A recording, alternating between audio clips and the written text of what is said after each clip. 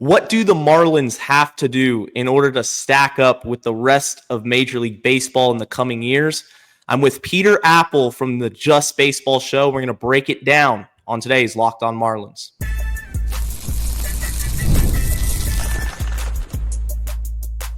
You are Locked On Marlins, your daily podcast on the Miami Marlins. Part of the Locked On Podcast Network, your team every day. Welcome into Locked On Marlins. I'm your host, Jeremiah Geiger. I've been podcasting about the Marlins for 4 seasons. Go hit me up on X at Jeremiah Geiger 2. And thank you for making Locked On Marlins your first listen of the day. It's part of the Locked On Podcast Network, which is your team every single day. Hit that subscribe button. And don't forget to leave me your thoughts in the comments section. And joining me for today's show is Peter Appel, a special guest, the Just Baseball Show. How are we doing, Peter? I'm doing pretty well. Thanks for having me. Yeah, really excited for this one. We're going to talk about what the Marlins have to do, the blueprint for success in order to become a perennial contender, and then talk some pitching because we love pitching. You know, who's our favorite guys to watch just in the entire scope of Major League Baseball, and then finally wrap it up by talking about the postseason, some sleeper teams that everybody should be watching for. Let's start with the Marlins, though, because you know, they're in a second season of a rebuild. It wasn't expected to be this quick, but I think they're finding some success that people are starting to notice. You know, Kyle Stowers has emerged. Augustin Ramirez has emerged, but they're still about 7 games under 500, which for a Marlins fan, I'm happy with. You know, we're showing progress, but there's still work to be done. So I want to open up the floor to you and just get your perspective from the outside looking in on what this team has to do in order to reach the next level. Well, just from a watching standpoint, watching the Marlins this year compared to previous years, there does feel like there's a different energy there. So when you say that you're excited and they're showing progress because there's still 7 games below 500, I think you're more excited because of what you're seeing on the field, whether they're resulting in wins or losses right now, because you are in a rebuild, but you want to start to see a nucleus form. And I think that's what we're starting to see. And also in the offseason, I think Peter Bendix has done a really good job of just kind of wiping clean the Marlins of old, right? Investing in international free agency, or at least, you know, putting a lot more tools into that, investing in the minor leagues, like really becoming an organization when you get drafted to this team, or if they trade big league pieces for minor league pieces, like you're coming into an organization that is going to make you better. And I think the Marlins have been in a perpetual rebuild because their minor league system has been so poor. So what I've been really impressed with Peter Bendix's tenure so far is his ability to draft, his ability to develop in the minor leagues, to at least increase their investments in international free agency. It hasn't exactly blown up yet, but at least they're starting, and you're starting to see the wheels turn. And there's a couple of more ways how the Marlins could improve in those areas, but you're starting to see that trickle into the major league team, and it's exciting. No, it's really exciting because it, like development, as you said, even going into the season, it was all about developing these players. Like, I would be lying if I told you that I expected Kyle Stowers to make an all-star game or Augustin Ramirez this early to have the impact he's having. And you mentioned the draft, and I think it's perfect timing as we are in draft week. And this is such a great opportunity for Bendix and for Frankie Pilieri really to make an impact on the farm system, because they've improved the depth from an overall standpoint throughout the system. I mean, we look at thin farm systems. This farm was probably the thinnest it's ever been. Like, this was the Jeffrey Loria farm system days. Like, there was no substance whatsoever. And now you look across the levels of all 4 levels of the minor leagues, they got some nice pieces, but you're sitting at pick number 7. You have an opportunity to go get a stud. And I think that's what the Marlins really need to do, is get these blue chip prospects. Yes, they've made some good trades. You know, the Luis Arias trade got you back Jacob Marcy, who's tearing it up in AAA. And I know this isn't the call-up show, but it's exciting. And when you're in the draft room for the Marlins, you got 3 picks in the top 50. if you hit on 2 out of those 3, or even 3 out of those 3, we're looking at a year from now, this farm system could be among the best in baseball. And I can't wait to see it. And then you couple that with the fact that Yuri Perez is back and is showing glimpses of being a potential Cy Young contender. You have Edward Cabrera emerging. I wonder if they trade him or not. I wanted to ask you, do you think the Marlins should consider trading someone like Edward Cabrera, who still has 3 years of control, but is enjoying a breakout season that we haven't seen from him yet? Yes. And I think the reason you trade him is because he's enjoying that breakout season. So something that I admire about the Marlins is even in the worst days, they were able to develop pitching. They have a new guy coming up all the time. And I mean, you have a couple of arms like Ryan Weathers, Braxton Garrett. Like, these guys are injured right now. So you have more pitchers coming up. You talked about Yuri Perez, how good he has been. And with all the draft picks, like the recent drafts, drafting a couple of those high school pitchers as well, they're doing well. You know, Robbie Snelling just got promoted to AAA. They have a great ability to develop pitching. And it's not just the starting rotation, it's the bullpen as well. I mean, Ronnie Enriquez has been one of the best strikeout relievers in Major League Baseball, right? So the Marlins should be trading from the strength. You've been a Marlins fan for a while. Everybody listening to this has. Do we really think Edward Cabrera is this good? He might be. He might be.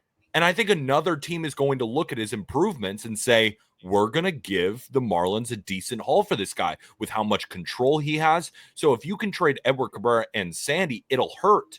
As a Marlins fan, you don't want to trade those guys because when you go to Lone Depot, you want to see the best of the best, and these guys have been your guys. But at the same time, though, they aren't helping you this year, and I don't think even the window is going to fully open next year. So I would trust the process with Peter Bendix. He's doing the right things in the minor leagues. He's drafting well. He's getting good returns for your current good players.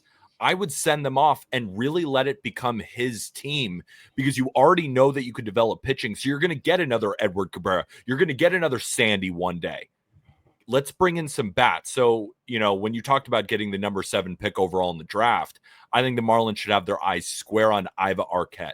Really good college bat, can play shortstop, big body, 6'5", plenty of power with room to grow. Like, he's a guy you bring in and really start to call teams and be like, you want Edward Cabrera? You want Sandy? Bats. We need bats. And once they start bringing those in and they improve their quality of developing these bats, because that's also been a problem with Miami for a little while now, not a little while, just kind of for a long time, in general, to be respectful.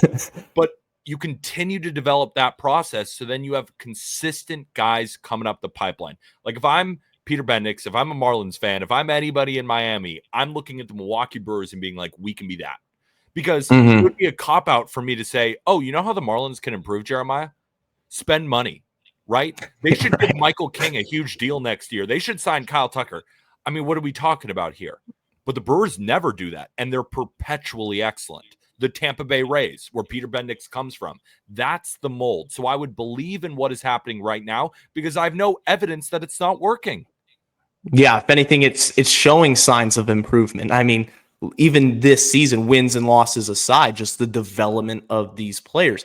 Going back to the draft as we wrap up this segment here, I did a draft episode, kind of previewed who I liked, and I like Arquette. I really do. I think he has an opportunity to just be a slugger at the next level, you know, big body dude.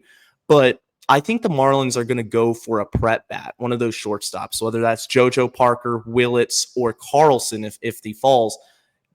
My personal preference, and this is almost playing to your strengths because I do expect guys to get traded for offense, is that if Seth Hernandez is somehow to fall to Miami at number 7, you draft him. Like, no questions asked. I think the upside is just so high there. But that's a whole other, I mean, topic that Frankie Pilieri is working right now, because this draft is so, I guess, not deep in the sense of talent, but it's kind of spread out. You really don't know who's going where. And I kind of like that as a fan because it gives you a lot of different options. The Marlins are sitting there. They're not focused on one guy. They could go with 5, and I'd be like, okay, I see why you went with this piece here.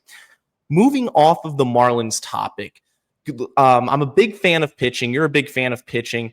And we're going to talk about our favorite pitchers right now in the MLB and what makes them so good. And that's going to come up right after this. If you're running a business, you know that every missed call is money left on the table. Think about the last time you had a service emergency, like a burst pipe, for example. If the first plumber didn't answer, did you wait? Nope, you called the next one. And that's why having a reliable business line is so important. And that's why you need OpenPhone. OpenPhone is the #1 business phone system that helps you streamline and scale customer communication, all from an app on your phone or computer. There's no more juggling 2 phones when you're at home and at work, handling those business and personal calls. Like, you can do that separately now. OpenPhone solved it, and it works perfectly. So you can spend all the time you need with your friends and family and watching baseball, of course. OpenPhone is offering Locked On Marlins listeners 20% off your first 6 months at openphone.com/lockedonmlb. That's openphone.com/lockedonmlb. And if you have existing numbers with another service, OpenPhone will port them over at no extra charge. OpenPhone, no missed calls, no missed customers. Back here on Locked On Marlins with Peter Appel from the Just Baseball Show, and we're going to be talking some pitchers in this segment. I'll give you the first opportunity. Who is your favorite pitcher that you just? It doesn't have to be on the Yankees, your favorite team. Just a guy you like watching. Yeah, I'm not going to include any Yankees just because I could say all of them just because. Yeah, me either. Right. So I'm going to pick a different guy. And unfortunately, he's in your division. Ooh, fortunately, I'm going to guess Wheeler. I love Zach Wheeler so much. He's so good. I love Zach Wheeler so much. I mean, this guy is just incredible. And, I could rant and rave about his ability, in the biggest moments to just be an absolute stud. He has some of the best postseason numbers in Major League history. That's one thing, right? It's one thing to just have cold blood. But then in the regular season, I mean, he's 36, 30, or I think he's 35, whatever. He's in his mid-30s, right? But what really impresses me about Wheeler, which I think kind of goes underreported, and it's not like it matters that much, but I like it, right? The question is, what pitchers do you like the most? And I love this, that he kind of turns into a completely different pitcher against both righties and lefties. So against righties, right, he's four-seam, he's sinker, and his sweeper. That's 3 pitches, and they're all legit. And then against lefties, he sticks with that four-seamer, but then he goes cutter, curveball, and split finger. Just completely different pitches to both sides of the plate, and both sides of the plate have no chance against him. So if you're a lefty, you are facing a completely different Zach Wheeler, right? Right. He's always going to have the fastball, but then he has 3 completely different secondaries. And if you're a righty, 3 completely different secondaries. It's incredible because guys who have a lot of pitches, like a Yoshinobu Yamamoto, for example, they'll throw all of those pitches to everybody, right? Some are more righty-lefty dependent, but in general, it's not as much of a stark contrast. Where Zach Wheeler, he's the ultimate transformer. He is a different pitcher against righties and lefties, dominates them both. And with his postseason pedigree, this guy deserves the Cy Young more than anybody. And I also love that he's standing on what he said, when he signed this original contract with the Phillies. At 37 years old, at the end of this contract, I'm done. And I'm going to go out on top, and I'm going to go hang out with my kids. And, I just love everything about Wheeler's career, going from the Mets, getting injured, battling back, and just becoming the star that he is. I love Zach Wheeler. He's just so businesslike on the mound. Yeah. I was watching that start against the Reds where he just, went 110 pitches, complete game, literally 1 base runner, which was the home run on a 3-1 fastball. He was that close to perfection. He's incredible. The pitcher that I'm going to start with is my favorite pitcher. I know for the Marlins fans listening, but it's not Sandy Alcantara. I love Sandy, but it's Tarik Skubal. Tarik Skubal's my favorite player in Major League Baseball. I everything about him as a pitcher is a workhorse. He's just on attack mode 24/7 on the mound. His mechanics, you got the big leg kick from the left side. He's just barreling down the mound and he attacks you. He's got that 99-mile-an-hour fastball that can reach for 102 in his back pocket. But what I really love with Skubal is his changeup. I mean, he'll throw that change at any point in the count and it's going to get a whiff. he telegraphs it so well from a velocity and mechanical standpoint with the four-seamer that, I mean, hitters just look helpless against it. And then when you do make contact, you're not going to do anything with it unless you make a real lucky swing here and there. And just like from a confidence standpoint, I mean, Skubal, he's the ultimate competitor. He wants to be out on the mound. You see the emotion when he's at 100 pitches, strikes out the guy in the 7th inning to end the inning, and he's just screaming on the mound, let's freaking go. Like, Skubal should be the back-to-back Cy Young winner in the American League.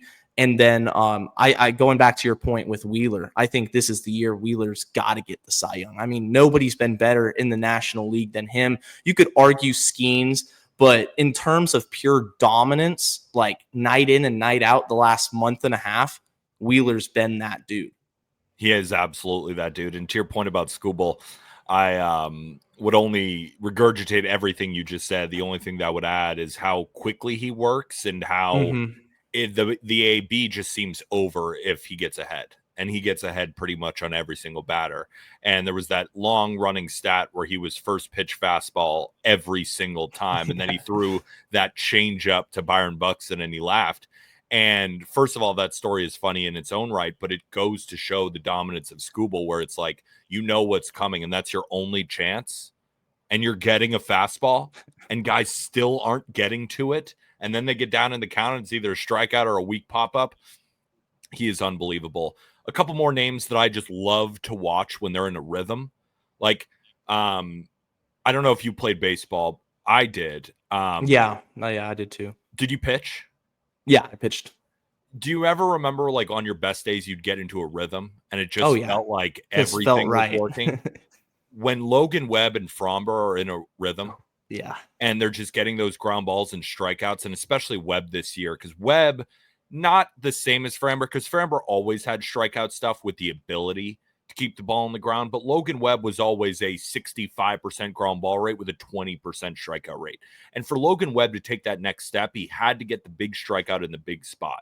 And normally he would just get a ground ball and get out of it, and it was fine. But sometimes that can come back to bite you if those ground balls, go through one of the infielders or the 5-6 hole, or you know what I'm saying? So his ability to raise that strikeout rate to around 27% and really become the dominant pitcher, watching him kind of mature as an arm in this game and as a true ace has been incredible. But just going back to my original point, when those two are in a groove and it's like those 8-pitch innings, those 10-pitch innings, and it's like if you blink or you go to the bathroom, like you miss their half inning because they're going so quickly, they're working fast, they're throwing strikes, and especially with Framber, I mean, when he's got that sinker and that big old curveball working, and you see guys trying to guess and just guessing completely wrong, it's like they go to a test and they studied a different subject. They enter math class and they studied the history textbook and they just have no idea what's going on. So Framber and Logan Webb, when they are rolling, they are just a great watch because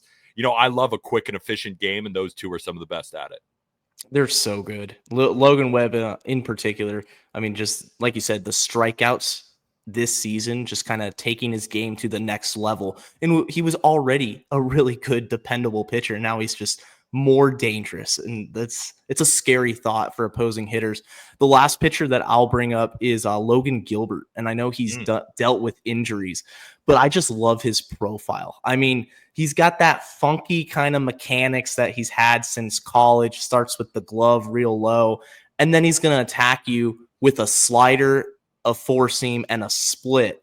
And what's crazy is the four-seam in of itself is so good. I mean, last year, I know I'm not going to use this year because of the injury, but last year opponents hit 205 against it, slugged 384. I mean, it was a nasty pitch and it's thrown hard. Oh, but then again, I'll just throw the slider more than I'll throw the four-seamer. And then here's a split, try and hit it. Like, it's disgusting. Like, when Logan Gilbert's on, there's not many pitchers in the American League that are better than him. I'm a huge Logan Gilbert fan and everything he brings to the table, because on any given night, when the slider's on, you got the split finger working, he can throw it in the zone and then dive it down so it misses bats, get those strikeouts. He could go 8-9 innings on any given day. That's kind of going to take us into our next conversation, because we got some sleeper teams for the postseason. And I gave you a hint with Logan Gilbert on which one will be mine.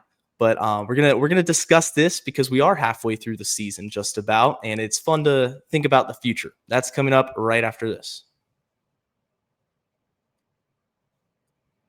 And this episode is brought to you by our friends at FanDuel. Summer sports are in full swing, and whether you're all about baseball under the lights, golf on the green, or high stakes soccer action, FanDuel is the best way to make every game even more exciting. You're already following the action, so why not make it a little more thrilling? With FanDuel, you can get in on the game while your friends are getting sunburned at the beach.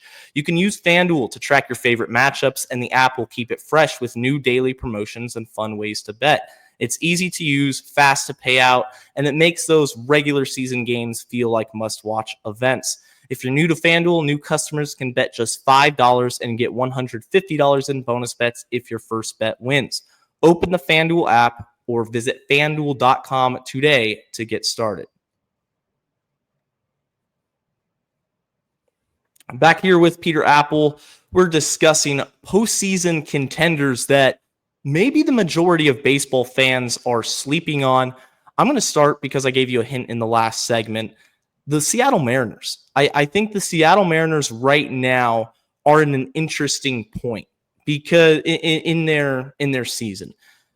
They are trying to get healthy in terms of the pitching staff. You have Brian Wu, who's pitching like an absolute ace. He kind of had a slow stretch, a few weeks ago, but he's got right back into it. He's one of my favorite pitchers as well.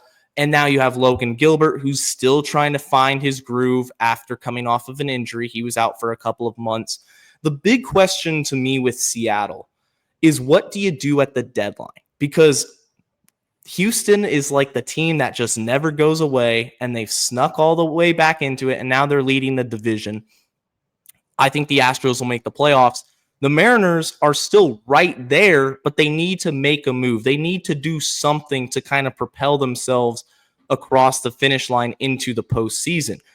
Julio Rodriguez, to me, has been disappointing for the most part. His OPS is under 700. I expect more out of him. Somebody that has a huge contract like that and is one of the faces of your franchise, you need more. It's been a career year for Cal Raleigh. I mean, any superlative you want to use to describe how great Cal Raleigh has been, you can use it, because I'm a huge Cal Raleigh fan. But it just feels like they need that boost, and they got the farm system to do so. So I think my sleeper team that I'm first going to mention is Seattle, because if they make a move at the deadline, get some more pop, get another bat, maybe a back end arm to couple with Andres Munoz. I mean, this team is nasty. I would love to see them call up the Diamondbacks, because there's a history there of them making trades, and go get Geno Suarez to play third. And I would also like a smaller move, just go get IKF from the Pirates and place him in second. Because I look at the Mariners and I say, all right, this is a good lineup, but it could be better.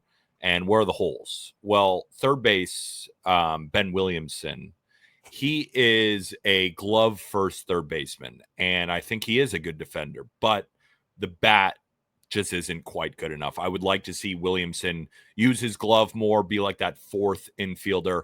And then at second base, they have Cole Young, one of their best prospects, right? You're talking about their incredible system, and I agree with you.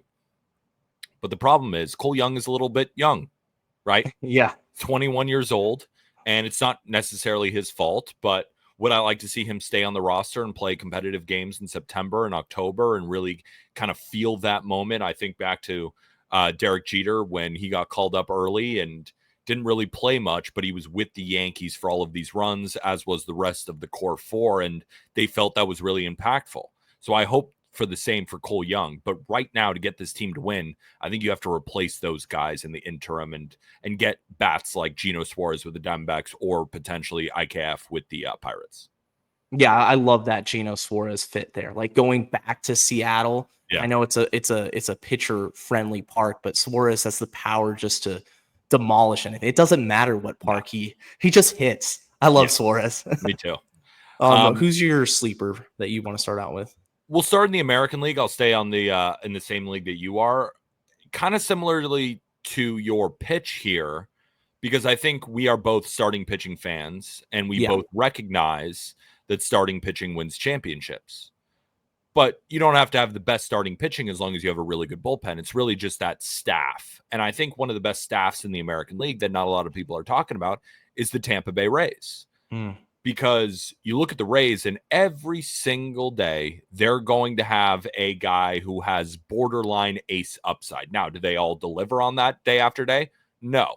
But they have tons of talent like Pepiot, like Rasmussen. You can just continue to go down the line. Like Shane Baz has shown incredible stuff, right? What they're starting to do is limit Drew Rasmussen and piggyback Joe Boyle. Joe Boyle has been, an incredible get for them and classic Tampa Bay Rays. And that's what I was talking about with the Marlins, like become the Rays where you guys trade for prospects and people are like, of course he ended up being good. He's on the Marlins. Like that's the path. But in terms of the Rays right now, they have him as well. And then they just have an incredible bullpen like they always do. But the reason this Rays team is different is because they're actually hitting right now, right? Brandon Lau has been excellent. I think he's an all-star. Junior Caminero, Yandy Diaz, right? Josh Lowe has been much better this season. And Ha-Seong Kim is coming back. And then in the rotation, Shane McClanahan should be back relatively soon. We just got a good update from him based off he was dealing with a triceps thing that has really kept him out for a long time amongst a myriad of injuries. But he should be back too. This team can really, really pitch. They're managed really well. I know Rays fans sometimes have problems with Kevin Cash. Sometimes the lineups he brings out, they'll argue that he doesn't have a feel for the game. But at the end of the day, Kevin Cash did make a World Series with this Rays team, and they have been perpetual contenders under him. So I believe in the Rays. I think that if the pitching really gets hot, they're going to be a dangerous out for teams. And they also, as a Yankee fan, they aren't scared of anybody. I think back to the Diamondbacks when they went through the Dodgers back in 2023 en route to a World Series. Now, those are completely different teams, but I think they share a similar mindset. It's not exactly like they're playing with nothing to lose, but it almost feels like they're playing with house money a little bit. And they're just saying, we aren't afraid of you. We're going to give you our best shot. And normally the Rays, when they're giving you their best shot, they can beat any team on any given day. And that, league is so wide open. Yeah. I'm looking at the standings in the American League. The depth compared to the National League, it's not even close. Like Tampa Bay, I'm a huge fan of their pitching factory. It's like Joe Boyle's just sitting there in AAA for Durham, just dominating hitters. And they're waiting. Okay, yeah, we're going to use you as the bulk reliever for Rasmussen. Here you go. Have fun. And I just love it. I think Joe Boyle's great. And like you said about the hitting, their lineup is genuinely scary right now. Junior Caminero, I believe he got snubbed from the All-Star team. Like he should have been an All-Star. There's no doubt in my mind. Already over 20 homers. I mean, Caminero's been great. He's been everything that you asked for out of a top prospect. Sometimes when it comes to these top prospects, they pan out or they don't. But when it comes to the top of the cream of the crop, Caminero's been exactly what you needed and what you expected from a guy of his caliber. Big fan of what this team is doing, and I would not want to play them if I'm, sitting in the American League in the ALCS or ALDS. The last team that I got, and this is kind of way out there, but they're actually sitting there in first place in your division. That's the Blue Jays. And the reason why I say the Blue Jays is because I look at their top three pitchers, and I'm going to go, Jose Barrios, you got Chris Bassett, and who am I missing here? I'm drawing a blank. Kevin Gausman. It's very volatile. We don't know what Kevin Gausman is going to do on any given day. He might go 8 shutout innings or he'll go 2 2/3. But the talent is there. And when the split fingers working with the fastball, Gausman's great. Jose Barrios, he's been pitching really good as of late. Chris Bassett, just kind of an innings eater, just does his thing. What I want to see Toronto do, because the lineup, I like the lineup. Addison Barger, been good. George Springer having a career resurgence in Toronto. I wonder if Toronto goes and is going to buy aggressively, because preseason, I didn't think they were going to really stack up with the Yankees or the Blue Jay or the Red Sox and the Rays, to be honest with you. I kind of penciled them in as fourth place. They'll compete, but nothing crazy. But we're sitting here at the All-Star break in a week, and the Blue Jays are in first place. So why not just go after it and make something happen? Yeah, I love it. One more team, Milwaukee Brewers. Ooh, right? I We like talked that. about that because It'll be interesting to see what the Brewers do with the deadline, but here's what I see with the Brewers is I see a better offense than they've had in previous years. And Jackson Chourio eventually is going to get hot, and then this team gets real scary. Contreras as well, right? These two bats have been okay, not what we expected from them, but guys like Isaac Collins have stepped in left field, who is if we're talking about don't sleep on these teams. Don't sleep on him winning National League Rookie of the Year, right? Mizorowski is the favorite right now, but this guy's got a great glove. He can hit the ball. He's displaying really good plate discipline for someone as new to Major League Baseball as he is. I was going to say young, but he is around 26 years old. He's a really talented player. You go around the diamond, but the reason, again, why I'm focusing in on the Brewers is seeing Brandon Woodruff, because Brandon Woodruff, when he's right, is a top 10 guy. And then you have Freddie Peralta, who's an all-star. And then you have like 7 different names that they can mix and match with, right? We're talking about Joe Boyle being the bulk guy for Drew Rasmussen. How about like DL Hall and Quinn Priester when they match up together, and you got a heavy sinker righty and a lefty four-seamer at the top of the zone, completely different looks. I love that. And Quintana just keeps shoving, and it seems like nobody cares. Then you look at their bullpen. They have one of the best back-end duos in baseball with Abner Uribe and McGill. So they can really pitch, and they have a couple of really good bats who haven't really heated up yet. And they're still one of the better teams in a extremely talented National League. So the Brewers have to be on your mind, people. Absolutely. And the win loss, like over under this year, it wasn't extremely high for Milwaukee. I think it was like mid 80s or high 80s, but like it definitely I think it was like low 80s. Yeah. And a half, 84. That sounds right. Yeah. See, I was like, no way it was that low, but I think you're right, which is crazy because the Brewers are consistent and they're coming off of a home playoff series. How about tonight, as we wrap this episode up, Jacob Mizorowski versus Clayton Kershaw? I mean, is that not appointment television? Like the changing of the guard, like it's awesome. I just think it's awesome. The Miz kid, he's so good. It's unbelievable. I mean, it's crazy. Like we're talking about pitching, right? I'm talking about Woodruff and Peralta. If Mizorowski is around in the playoffs throwing 103, I don't care what team you are. It's 103 with a 96 mile an hour slider. Like it could be the Dodgers. It's like it's sometimes with pitchers, what they're different from hitters, right? Because if you're just mashing in the minor leagues, right? Roman Anthony is a good example. Comes up, really struggles. Makes sense, right? He's facing a different guy out of the bullpen. He's facing these starters that have all these scouting reports, and they're incredible. So it's tough to have a guy as an offensive piece click immediately. But that stuff for Mizorowski, it just plays. And why was he held back at all? It's because the walk rate was so incredibly high. He didn't know where it was going. Then he figured out where it's going, and then it's just over because at the end of the day, it's 103 with a 96 mile an hour slider. He's a great name for favorite pitchers to watch. So Dodgers, Yankees, the Moon Stars, it doesn't matter. Throw him in front of this guy and let him work. I mean, I can't wait to watch this game. I love it. I think the Brewers are going to have a future Cy Young winner in Mizorowski. Peter, thank you so much for coming on the show. It was an absolute blast. Absolutely. Thanks for having me. That's going to do it for today's edition of Locked On Marlins. I appreciate you all for listening or watching. And until next time, guys, stay safe, stay locked on, and let's go fish.